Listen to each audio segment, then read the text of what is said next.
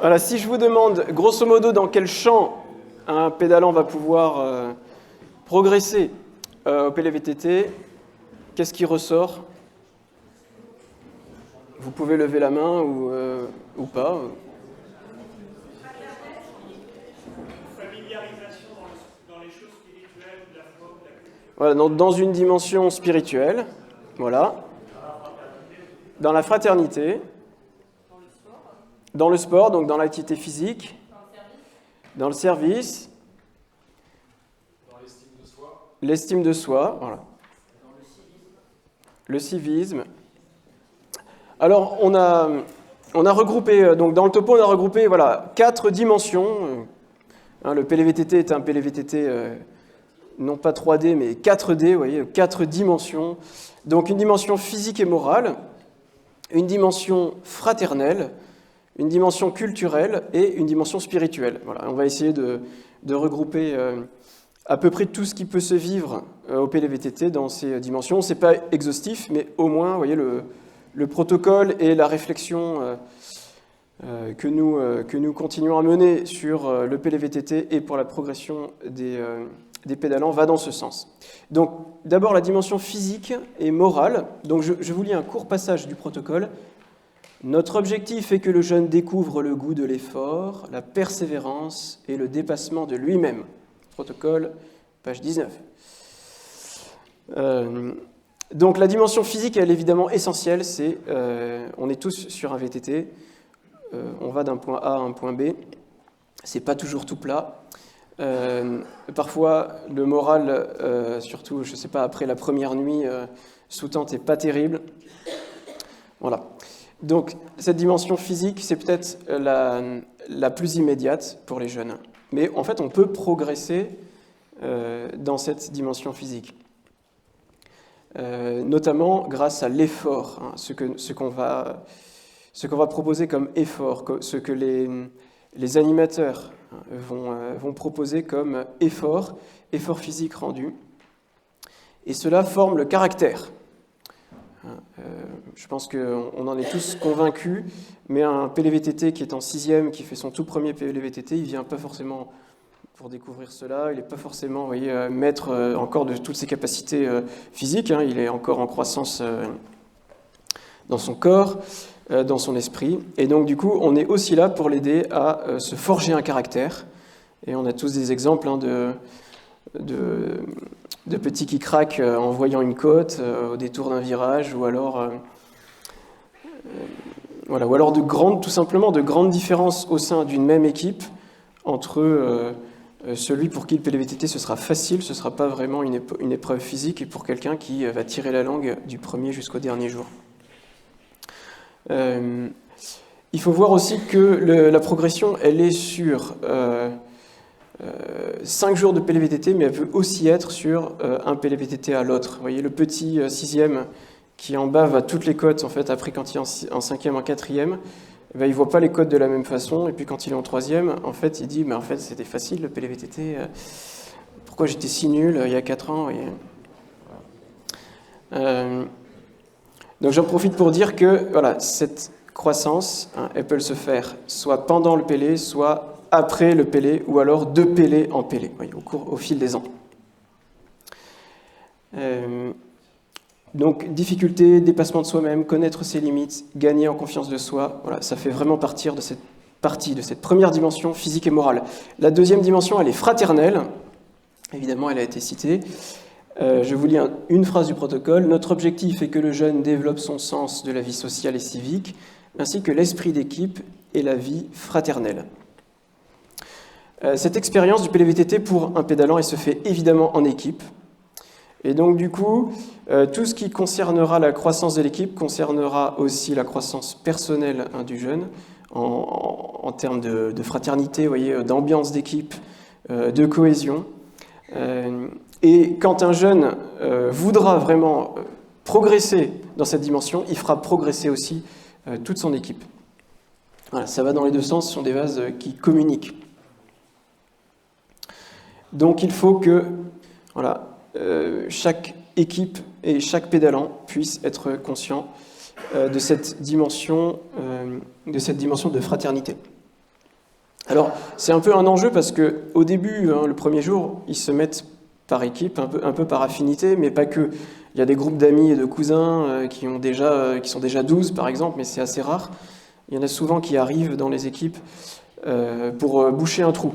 Et donc le défi, ça va être justement d'intégrer, ça c'est surtout le rôle des animateurs, mais aussi indirectement des ABS, de veiller à ce que voilà, il n'y en ait pas un qui soit à l'écart et les autres qui se connaissent bien parce qu'ils sont camarades au scout ou alors camarades au collège. Vous voyez.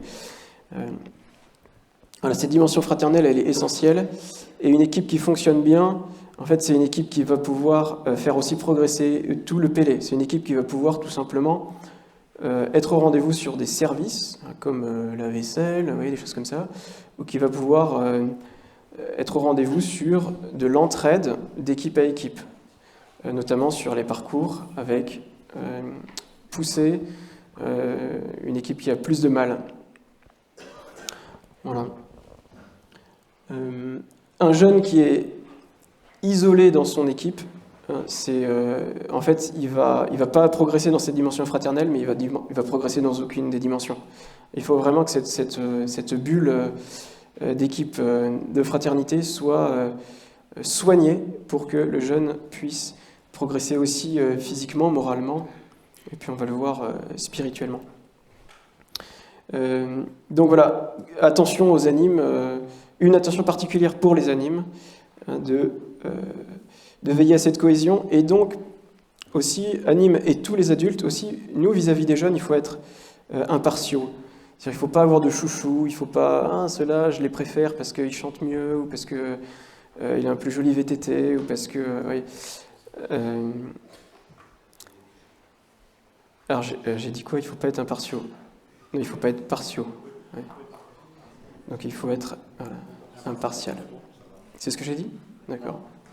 Il me semble que je me suis trompé la première fois, et je me suis corrigé, voilà. Il faut me dire, moi, en fait, je ne m'entends pas du tout, parce que là, il y a le son, il part là-bas. Bon, si vous repérez d'autres erreurs, vous me le dites.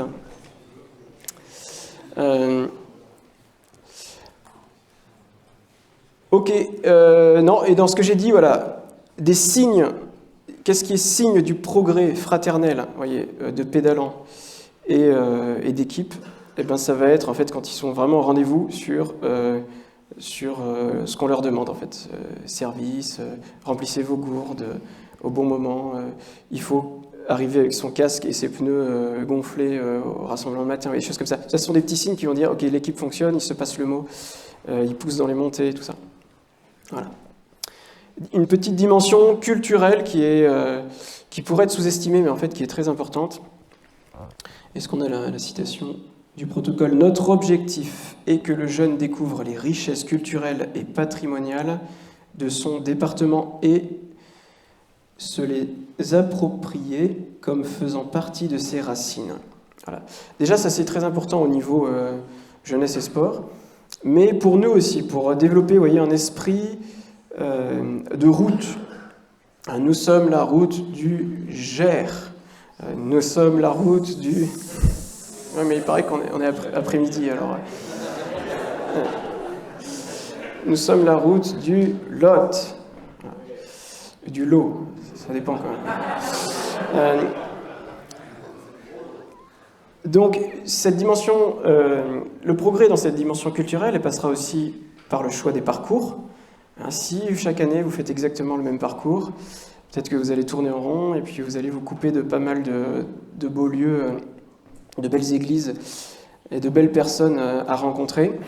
Donc n'ayez pas peur de varier vos circuits, même si c'est plus difficile de varier ces circuits. Voilà, donc le choix des parcours, le choix des villages, le choix des églises. Je sais qu'il y a je crois que c'est vous justement dans le Gers, vous faites des découvertes des églises et des espèces de chasse au trésor dans les églises. Voilà, ça s'inscrit aussi de ce point de vue-là patrimonial et culturel. Vous avez aussi des missions du jour. Les pédalants, ils vont à la rencontre souvent des habitants pour faire du troc, ou alors pour demander une histoire locale, vous voyez, une petite légende, quelque chose comme ça. Tout ça, ça rentre dans cette dimension culturelle, et en fait, faire sortir le jeune de sa maison, de ses écrans, et lui faire connaître son propre département, vous savez, c'est déjà beaucoup.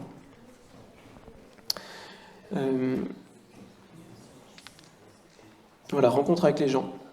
Alors cette dimension, elle est un peu difficile à évaluer, mais peut-être sur du long terme, ce qui peut être un signe de cette progression culturelle, justement, c'est ça. C'est l'esprit d'appartenance à une route, à un département, le fait qu'on ait beaucoup sillonné le diocèse, voilà, qu'on se soit baladé un peu partout, mais qu'on ne soit pas seulement passé à toute vitesse, qu'on se soit arrêté, qu'on connaisse des villages, qu'on établisse aussi des contacts avec des mairies, par exemple pour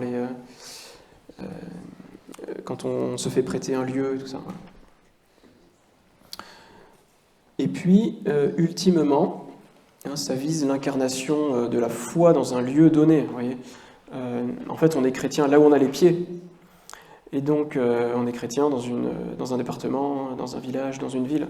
Et donc, s'intéresser à la culture, à l'histoire et à la vie du lieu où on est, et bien en fait, c'est dans la logique même de l'incarnation. On arrive sur la quatrième dimension, qui est la dimension spirituelle, qui est une dimension primordiale. Petite phrase du protocole, notre objectif est que le jeune puisse s'interroger sur ce qu'il y a d'essentiel dans sa vie et vivre une rencontre personnelle avec le Christ vivant.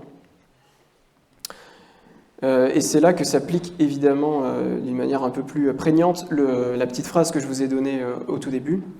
Peu importe le niveau de départ, l'important c'est de progresser. Pourquoi ? Parce qu'en fait les jeunes, ils arrivent au PLVTT avec ou sans la foi, en étant baptisés ou non, en fait avec des niveaux, enfin chacun a un niveau différent en fait au niveau de la foi. Il n'y a pas de jumeaux, vous voyez, dans cette dimension. Et donc, c'est quelque chose à prendre en compte. On rejoint le jeune là où il est, là où il en est, mais on l'intègre à une progression. Et pour cela, donc on peut distinguer plusieurs cas de figure. Le premier cas de figure, par exemple, c'est un jeune qui n'est pas catho, qui n'est pas forcément, qui peut être baptisé ou non, mais qui se définit comme loin de toutes ces choses, en fait, qui ne va jamais à la messe, peut-être il est dans un collège privé, mais bon, vous voyez, il ne gravite pas autour de ces choses-là. Qu'est-ce qui va aider ce jeune à progresser au PLVTT ? Eh bien,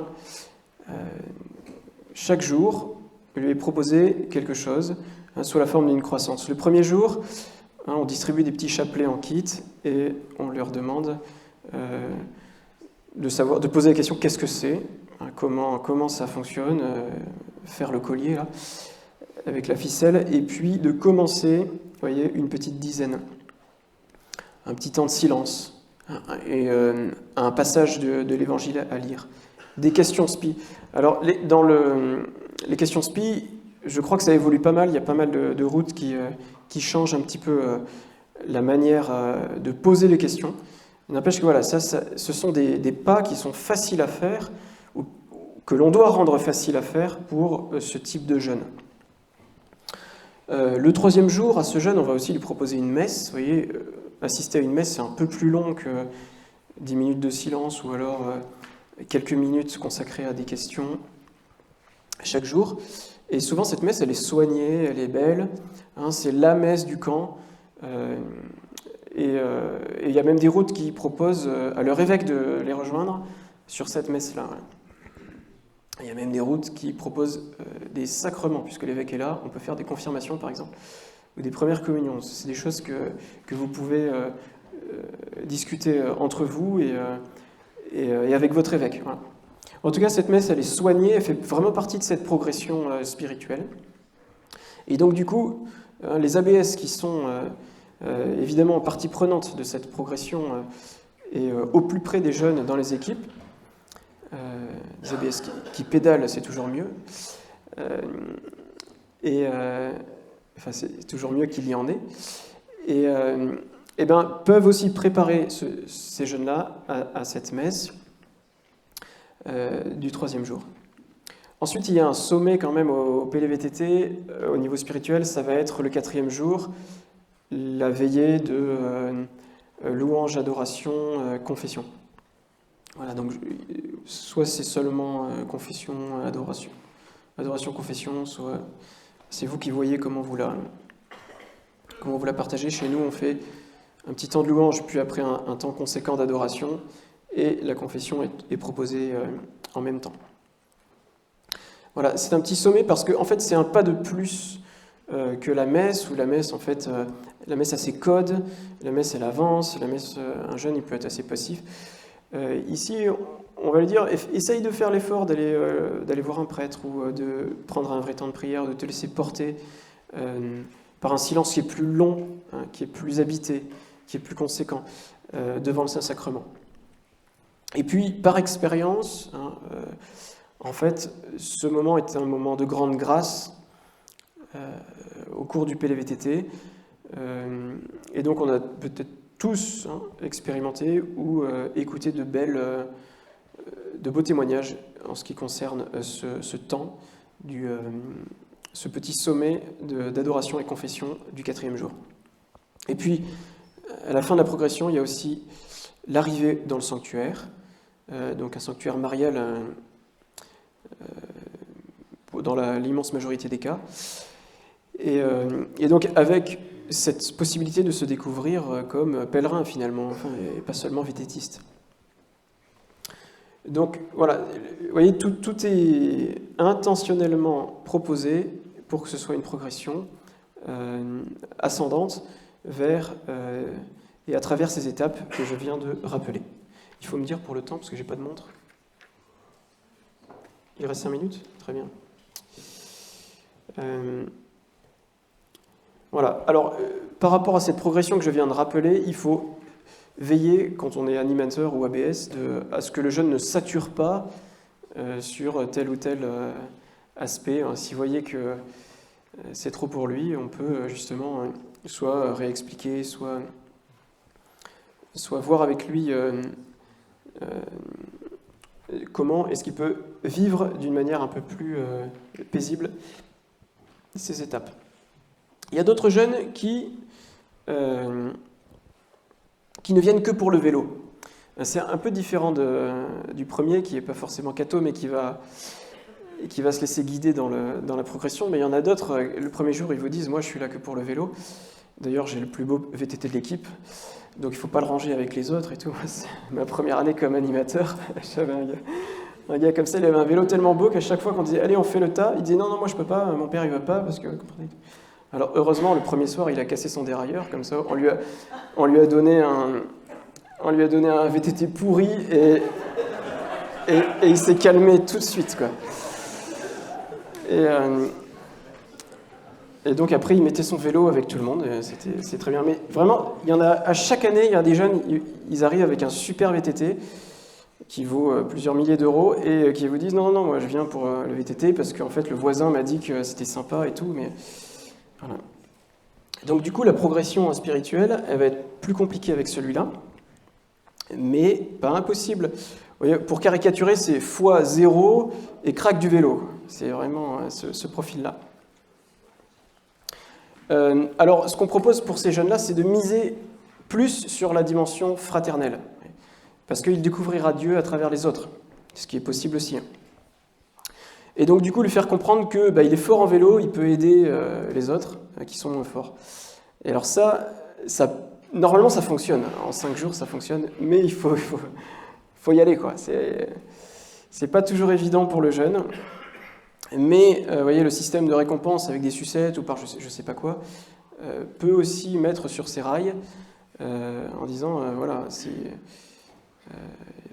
le jeune commence à comprendre qu'en se mettant au service les uns des autres, en fait, il fait progresser tout le monde, et qu'on est même content de lui, il va se dire, ok, en fait, c'est pas seulement un camp vélo ici.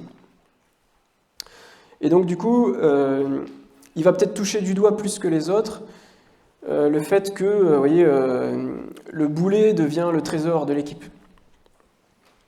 et que, en fait, au fond, il ne le formulera pas comme ça, mais que la charité doit se vivre en acte, en fait. On ne doit pas seulement aimer en parole, mais en action. Voilà. Et que le bourrin devienne samaritain, c'est une autre formulation. Mais c'est un peu violent, mais voyez un peu. Donc, alors c'est possible, voyez, même pour lui, c'est vraiment possible de vivre quelque chose. C'est sûr que pendant la veillée spirituelle du 4e jour, ça va peut-être un peu l'ennuyer, ce sera peut-être un peu long.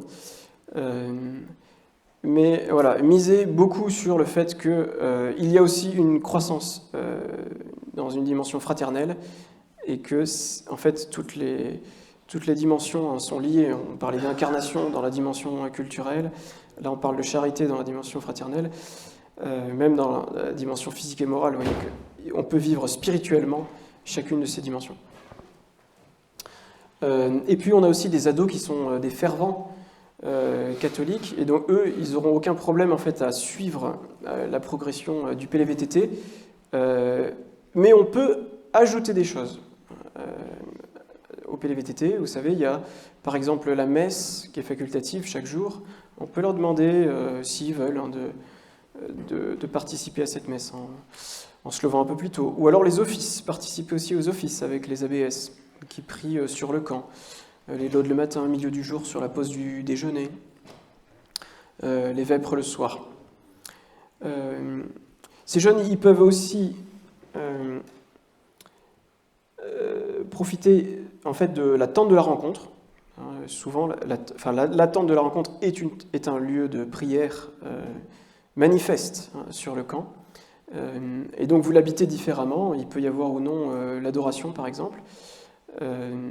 Alors toute la journée, ou le soir seulement, ou la nuit, une partie de la nuit, à vous de voir. Mais ces jeunes-là, je pense que si la proposition est faite, eh ben, ils vont y aller.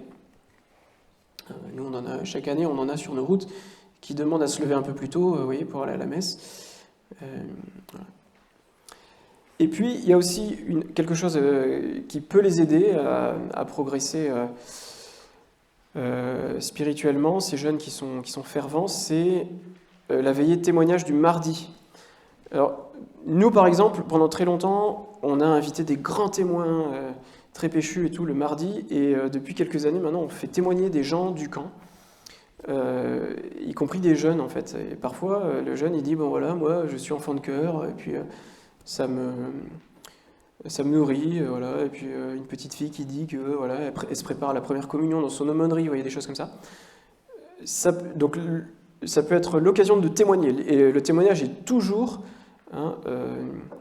fécond pour la foi de celui qui témoigne. Et donc c'est progresser dans la foi grâce au témoignage. Je ne dis pas qu'il faut absolument faire comme ce qu'on fait, mais en tout cas, le témoignage donné ou le témoignage reçu va pouvoir aider ceux qui en veulent plus à progresser.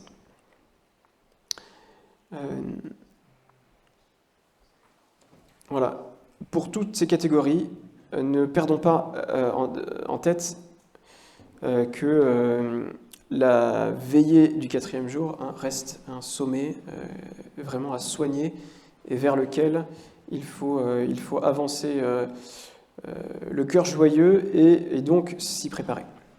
Voilà. Et pour les quelques minutes avant la fin du topo, donc là on était à l'intérieur du PLVTT, les 5 jours. On peut aussi parler d'une progression après le PL.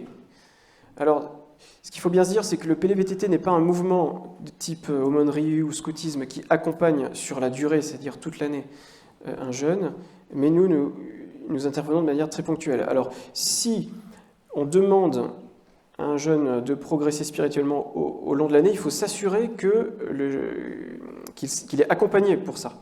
Donc il a une aumônerie, ou qu'il a une paroisse, ou qu'il a quelque chose, un groupe avec lequel pouvoir être accompagné pour cette progression.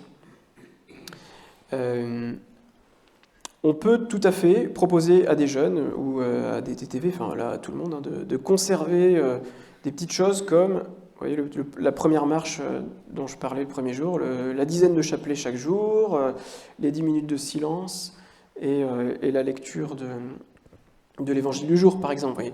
Ça reste des choses pas trop difficiles. Mais bon, encore une fois, ça ne sert à rien de dire c'est bien si vous le faites, allez, on se revoit dans 360 jours. Bonne chance, vous voyez. Il faut veiller à ce que ça puisse être enraciné quelque part. D'où l'importance, en fait, de soigner aussi nos relations avec d'autres propositions qui ne sont pas le PLVTT. J'imagine que là, il y a plein de gens qui sont engagés dans d'autres types de services et de mouvements qui ne sont pas du PLVTT. Et quel lien tissez-vous avec tel ou tel mouvement, telle ou telle aumônerie, tel ou tel établissement? Ça, c'est des questions à soigner. C'est-à-dire, est-ce que nous, PLVTT, on arrive à parler de ce qui se fait de bien aussi dans le diocèse? Parce qu'on a le dernier rassemblement, on a plein de jeunes devant nous. Est-ce qu'on leur dit il n'y a que le PLVTT qui compte, et encore, il n'y a que la route du Lot qui est la meilleure, et tout ça? Ou alors est-ce qu'on leur dit, en fait, il y a un camp, au mois d'août, il y a un super camp, ou alors, vous voyez, l'aumônerie, machin, vous attend à la rentrée, vous voyez. On peut tout à fait soigner, en fait, les relations avec tous les autres, en fait. Ça me semble fondamental, et aussi de demander aux autres de nous accepter comme faisant partie du décor de la pastorale des jeunes, par exemple, d'un diocèse. Voilà, donc parler du PLVTT, d'autres propositions. On peut même envisager de faire en aval du PLVTT une rencontre avec des parents pour relire un peu le PLVTT ou pour travailler à ce lien. Voilà.